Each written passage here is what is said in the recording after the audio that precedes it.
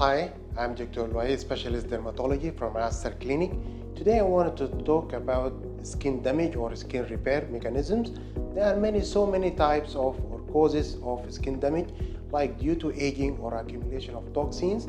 There is some inflammatory conditions like acne vulgaris. It will lead to skin damage and some skin pigmentation and acne scar.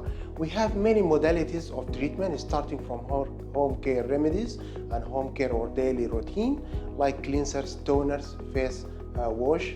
And we can move to the second step, which is the skin booster.